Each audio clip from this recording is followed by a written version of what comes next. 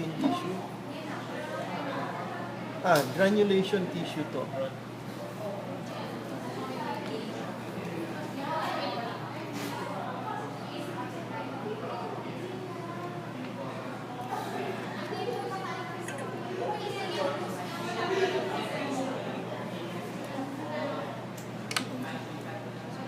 Ang granulation tissue, like I discussed with you, is made up of fibroblasts, capillary buds, yan, yung mga capillary buds. Ang fibroblasts, yung mga spindly cells, and inflammatory cells. So the entire thing is granulation tissue.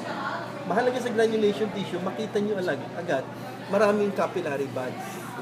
So the whole thing is granulation tissue. Repair yan.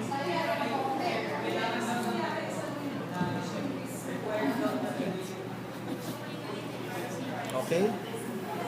Kita niyo yung granulation tissue. Maare-recommendation na. Lahat na nakakita.